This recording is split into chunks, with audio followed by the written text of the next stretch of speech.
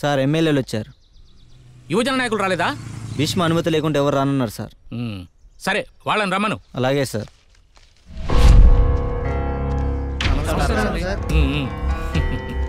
రమ్మన్నారా sir? ఏమయ్యా CM మాట అంటే వాల్యూ లేదా? ఒక్క యువజన నాయకుడు రాలేదు. అదే మరి ఇంతకాలం మేము చెప్పింది అదే.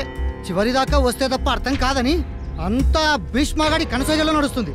వాడిప్పుడు ఏకు మేకై కూర్చున్నాడు. వద్దు బాబోయ్, వాడిని యువజన నాయకుడిని చేయొద్దంటే విన్నారా? 40 కోట్లు ఇస్తే నా ప్లేస్ లో నువ్వున్నా అదే పని చేస్తావు.